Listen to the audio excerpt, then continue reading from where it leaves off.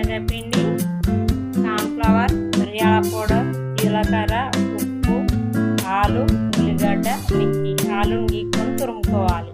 తురుముకున్న ఆలును cool water, ice వాటర్లో వేసి కడుక్కోవాలి. మిర్చి కట్ చేసుకున్నాం కదా, అందులో మిరియాల పౌడరు, జీలకర్ర, ఉప్పు, శనగపిండి, కార్న్ఫ్లవరు. ఇప్పుడు ఆలుగడ్డ తురుము కూల్ వాటర్లో కడిగి ఇది కూడా వేసి మంచిగా మిక్స్. ఇలా ఇది మన ఆలు కాన్సెప్ట్ నానబెట్టుకున్నాం కదా, ఒక గంట నానేది పెనం మీద వేసుకున్నాం. పెనానికి కొంచెం